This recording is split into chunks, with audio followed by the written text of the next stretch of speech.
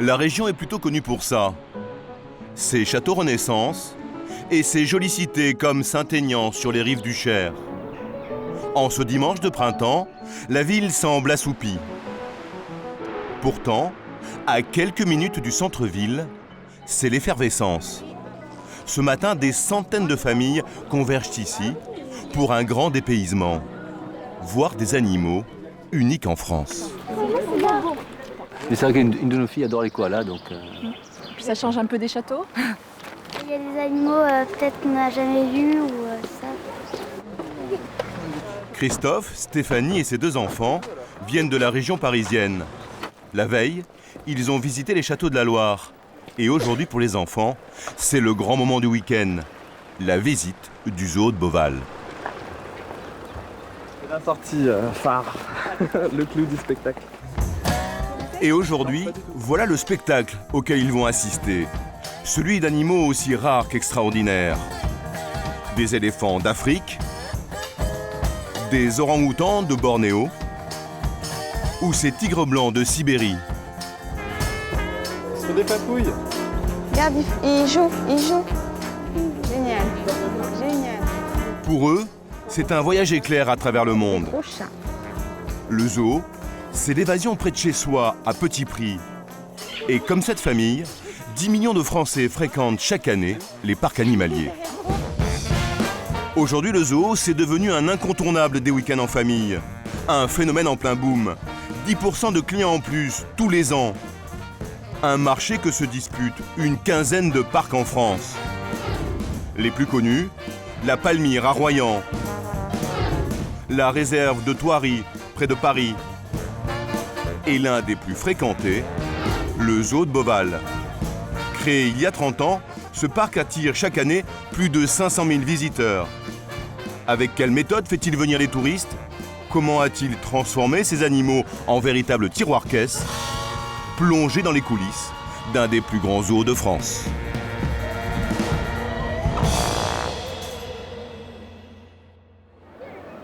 Dans ce parc animalier, toute l'idée, c'est de faire le tour du monde à pied en quelques heures. Et voilà ce que le visiteur va découvrir. Sur 25 hectares, 500 espèces, 4000 animaux du monde entier. Et celui qui est aux commandes de cette grande ménagerie, c'est ce jeune quadragénaire. Rodolphe Delors règne sur cette planète en miniature depuis 21 ans. Et là, par exemple, nous arrivons devant le bassin des manchots. Les manchots que nous avons installés il y a maintenant 2 ans. Il y a 110 manchots aujourd'hui dans ce bassin. Un voyage exotique conçu par le directeur du zoo pour promener le visiteur de continent en continent. Ici, par exemple, les tropiques, avec des perroquets d'équateur. Un peu plus loin, des ours des Carpates. Regarde, imagine, il te met un coup de patte. Et l'étape finale, le must, ce que découvrent les visiteurs après quelques heures de marche. Et d'Amaïsque. Là, c'est la savane africaine, où sont présentés différentes antilopes, girafes, rhinocéros. Et d'ailleurs, notre tout petit bébé rhinocéros qui est né au mois de novembre, le premier bébé rhinocéros blanc qui naît à Beauval. Alors, c'est notre grande fierté cette année. Je crois qu'il y a une girafe qui vous dit bonjour. Oh, c'est Joseph. Ah, Joseph! C'est ma girafe préférée. Très gentille, cette girafe, mais très têtue. C'est avec cette mise en scène que Rodolphe Delors attire chaque semaine 10 000 personnes dans son parc. Viens voir le C'est adorable. Seulement Rodolphe le sait, la concurrence entre zoos est rude. Et s'il veut faire revenir les visiteurs d'une année sur l'autre, il doit sans cesse se renouveler. Et justement, sa dernière idée la voici. Créer le continent asiatique dans un coin de son parc. Une plaine de 3 hectares et une rivière. Pour l'instant, ça ressemble à un chantier. Et ici, on a donc un grand bassin. Pour Pourtant, étaler d'eau blanche. le lieu doit ouvrir dans 3 semaines. Donc ça sera plein d'eau, les enfants peuvent voir d'ici, parce qu'il faut toujours se mettre à la hauteur des enfants lorsqu'on visite. Essayez de visiter les parcs à 4 pattes. Bientôt, il y aura donc des enfants et des parents qui se promèneront là. Rodolphe n'a donc plus que quelques jours pour remplir son décor d'Asie, avec des spécimens spectaculaires, encore inconnus du public. Et pour ça, il n'hésite pas à employer les grands moyens. À une demi-heure du parc de Beauval, l'aérodrome de Blois. Il est 7h du matin. Rodolphe Delors et Éric Bayrou, son adjoint, ont rendez-vous avec leur pilote favori. Comment ça va, Georges? Quand le patron du zoo se déplace, ce n'est pas dans les gros avions des lignes régulières, mais en avion privé.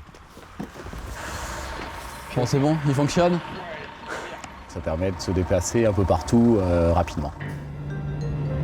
Ce patron très pressé ne s'envole pas vers la Chine ou l'Indonésie. Aujourd'hui, c'est un voyage beaucoup plus court. Direction l'Europe du Nord. 2 petites heures de vol pour aller récupérer sa première prise pour sa plaine d'Asie.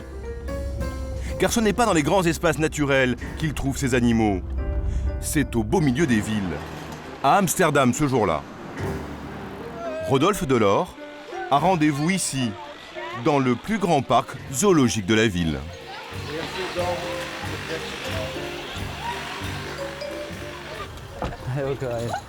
Comment ça va? Bien. On commence par voir le nouveau? Rodolphe Delors et son adjoint connaissent bien Corinne Boss, l'une des responsables de ce parc animalier. Aujourd'hui, elle va leur céder gratuitement l'un de ses derniers bébés. Et c'est au fond du parc, dans ce petit bâtiment de briques, qu'il se trouve. La bête, la voici. Une sorte de cochon sauvage, blanc et noir, qui vit en Asie du Sud-Est. C'est un tapir de Malaisie. Et Rodolphe va immédiatement vérifier son état. Il a les pieds en parfait état, a priori. C'est bien un garçon, ça se voit. Et alors, il est conforme à ce que vous dites? Ouais, il est magnifique. Vous pensez qu'il va plaire à vos visiteurs à Beauval? Ah bah j'espère, mais du moment qu'il me pèse à moi déjà, c'est déjà important. Et à partir du moment où il nous paie, il paiera tout le monde. Les zoos ne peuvent acheter les animaux. C'est interdit par une loi internationale pour éviter les trafics. En fait, les bêtes circulent entre parcs. Et quand l'un d'eux a des nouveau-nés, il peut les donner aux zoos qui en font la demande. C'est comme ça que Rodolphe Delors a obtenu son nouveau protégé. Pour le Français, le grand moment est arrivé. Le tapir est embarqué dans ce camion vert spécialement affrété pour lui. Et il quitte définitivement les Pays-Bas pour le Loir-et-Cher. Le transport est à la charge du nouveau propriétaire. Ça y est, il est à vous? Ça y est. Demain, ce cochon sauvage sera le premier des 50 animaux que Rodolphe veut mettre dans son décor d'Asie. Mais le problème, c'est que toutes les bêtes ne sont pas aussi faciles à obtenir que le tapir. Quand l'animal convoité est beaucoup plus rare, c'est beaucoup plus difficile pour Rodolphe de mettre la main dessus. Dans ces cas-là, la concurrence est très rude entre zoos. Pour faire venir le public sur sa plaine d'Asie, le patron du zoo a besoin d'une bête impressionnante, une star en quelque sorte. Et il a tout de suite pensé à ce spécimen à l'allure préhistorique, un rhinocéros d'Inde, rarissime. Le problème, c'est que tous les zoos du monde veulent l'un de ces spécimens, et les animaux disponibles se comptent sur les doigts d'une main. Alors en 2008, quand Rodolphe fait le tour des zoos susceptibles d'avoir des bébés à lui fournir, il prend un coup de massue. Et en fait, ils nous ont répondu qu'entre 2010 et 2012, il n'y aurait a priori pas d'animaux disponibles. Parce qu'il n'y avait pas suffisamment de naissances pour fournir les 10 ou 11 zoos qui étaient candidats. Mais que ça serait peut-être possible en 2013. 2013, c'est beaucoup trop long pour Rodolphe. Il veut ouvrir sa nouvelle attraction cette année, en 2010. Et voilà ce qu'il apprend. Un parc s'apprête à céder un rhinocéros, un jeune mâle, au zoo de Lisbonne. Mais pour accueillir la bête, les Portugais doivent faire des travaux et ils ont pris beaucoup de retard. Alors Rodolphe va jouer un coup de poker. Il va engager des dépenses pharaoniques, plus d'1 million d'euros, pour créer les équipements qui vont lui permettre d'accueillir la bête, alors qu'il n'est même pas sûr de la voir. Il va construire le bâtiment, mais aussi les cages. Les travaux sont menés très vite, en 6 mois. Et c'est comme ça qu'il va convaincre l'organisme chargé de répartir les animaux entre zoos de lui attribuer le rhinocéros tant convoité. Là, on a envoyé Péan des installations, ils nous ont posé de nombreuses questions. Ça a été vraiment une négociation de tous les jours pour finalement arriver à un résultat plus que positif. Le résultat, le voici. Dans ce grand camion vient d'arriver le rhinocéros qu'il voulait depuis des mois. Et pas question de blesser la star. Alors aujourd'hui, c'est Rodolphe lui-même qui va superviser le déchargement du butin. Lève encore un tout petit peu. Lève 5 cm. Il faut opérer le plus rapidement possible. Et ça va. Cela fait 19 heures que la bête est enfermée dans cette caisse en bois. Ce mur là-haut. C'est déjà un très grand animal. Il est gros, hein. Il a 5-6 ans. Déjà un beau bébé. Après de longues minutes de manœuvres difficiles, la bête découvre ce qui a été construit pour elle. Une immense cage de 500 mètres carrés, tapissée d'un sol très spécial. Une sorte de moquette végétale. Et là, c'est du bois broyé. C'est un sol souple parce que les rhinocéros indiens ont des pieds extrêmement fragiles et pour pas qu'ils s'abîment les pieds sur du béton. Au plafond, il y a aussi une grande verrière qui s'ouvre entièrement l'été. Et pour finir, un bassin modèle king size chauffé toute l'année. Et on peut remplir entièrement la piscine, vous voyez, avec de l'eau chaude à 25 degrés. Voilà donc ce qui a coûté 1 million d'euros. Alors maintenant, l'obsession du patron, c'est que le zoo devienne une machine à cash. Et pour faire rentrer l'argent, tous les moyens sont bons. Il faut que les familles dépensent toute la journée. Et ça commence dès le matin avec le passage en caisse. 2 adultes et 2 enfants. Très bien. Et quand les enfants ont plus de 10 ans, c'est plein tarif, comme les adultes. 21 euros. Pour une famille de 4, c'est un budget. Donc 78 euros, s'il vous plaît. Je vous remercie. Ensuite, il y a la pause déjeuner. Et tout est prévu. 5 restaurants répartis dans tout le parc. Là aussi, les clients vont devoir sortir leur porte-monnaie. Ça vous fait un total de 29,60 €, s'il vous plaît. Et pour terminer, il y a une étape obligée, la boutique aux peluches.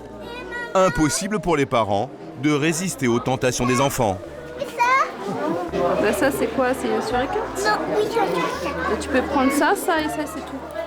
On va reposer tout ça. À la fin de la journée, pour une famille de 4 personnes, la facture totale est un peu élevée. 140 € en moyenne. Mais pour le patron du zoo, ce n'est pas encore suffisant. Et en ce moment, son problème c'est ça, les files d'attente. Beaucoup trop longues. Elles font fuir les clients. Alors pour que ça tourne plus vite aux caisses, Rodolphe met la pression sur ses salariés, mais aussi, et c'est surprenant, sur certains fournisseurs. Ce matin, il a convoqué ce représentant d'une grande marque de glace. Monsieur Delors, Bonjour. Ah, vous avez oui, je suis équipé, Ben, ça va bien. Des variétés de crème glacée, l'homme en a plein ses panneaux. Beaucoup trop au goût de Rodolphe Delors. Son constat est sans appel.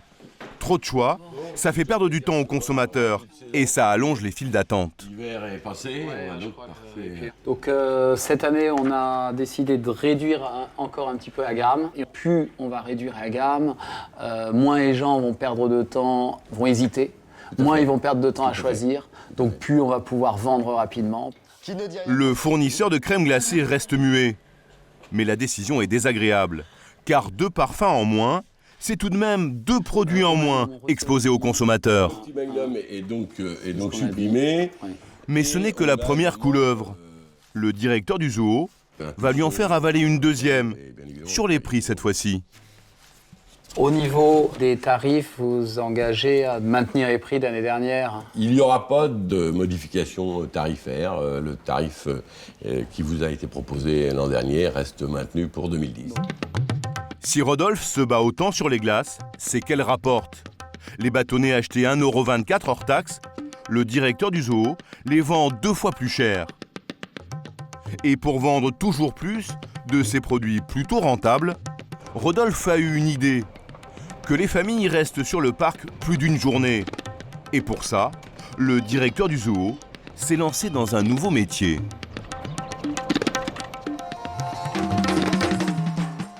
En face du parc, sur l'autre rive d'un étang, Rodolphe a créé ce complexe 3 étoiles. Il a investi 9 millions d'euros et mis le paquet sur le dépaysement. Un décor qui rappelle l'Asie, des bâtiments en forme de pagode, et dans le hall de l'hôtel, au sol du marbre de Bali, et partout, des bois précieux comme le teck d'Indonésie. Rodolphe a vu les choses en grand. Alors tout l'enjeu pour lui, c'est de parvenir à remplir son établissement 365 jours par an. Et pour ça, il a un numéro très bien rodé. Bonjour, bienvenue à tous. Vous êtes les tout premiers visiteurs. Ce matin, il a invité une trentaine de représentants de comités d'entreprise. Ce sont de gros clients potentiels qui peuvent proposer aux milliers de salariés des boîtes qu'ils représentent des séjours au zoo. Mais là, vous allez donc pouvoir découvrir la nouvelle partie asiatique. Donc, on y va. Rodolphe Delors et sa directrice commerciale, Stéphanie Meyer, vont leur en mettre plein la vue. Et ça commence par une petite visite du zoo. Ce sont des animaux qui pèsent à peu près 200 kilos. Mais ce que Rodolphe et Stéphanie veulent surtout leur vendre aujourd'hui, ce sont des packs tout compris, animaux plus hôtel. Alors, après une demi-heure de visite, place à l'essentiel. Voilà, donc voici cet hôtel. Et voilà ce qu'ils découvrent. 4 pavillons de 23 chambres chacun. Et Stéphanie commence par leur montrer les standards à 100 €.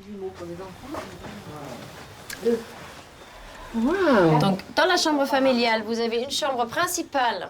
Et son petit plus, l'espace des parents bien séparé de celui des enfants, pour plus d'intimité. Et en contrepartie, vous avez une antichambre avec des lits superposés. Mais pour séduire définitivement ses futurs clients, Stéphanie a gardé le meilleur pour la fin. Allez-y. C'est ce que nous appelons une junior suite. Une chambre de 60 mètres carrés, un grand lit à baldaquin. Ces représentants de salariés s'imaginent déjà en week-end ici. On a envie de venir. Elle est superbe, cette chambre. Elle est super. Une petite suite pour laquelle les clients vont devoir débourser tout de même 170 €. Le prix de l'évasion en plein cœur du Loir-et-Cher. Grâce à ses méthodes commerciales très bien huilées, le zoo a vu son chiffre d'affaires exploser, 15 millions d'euros l'an dernier. Et le parc est devenu une affaire très rentable. 10% de marge nette, c'est 2 fois plus que dans la plupart des parcs de loisirs. Club PMR. Voilà, la toute première qu'on a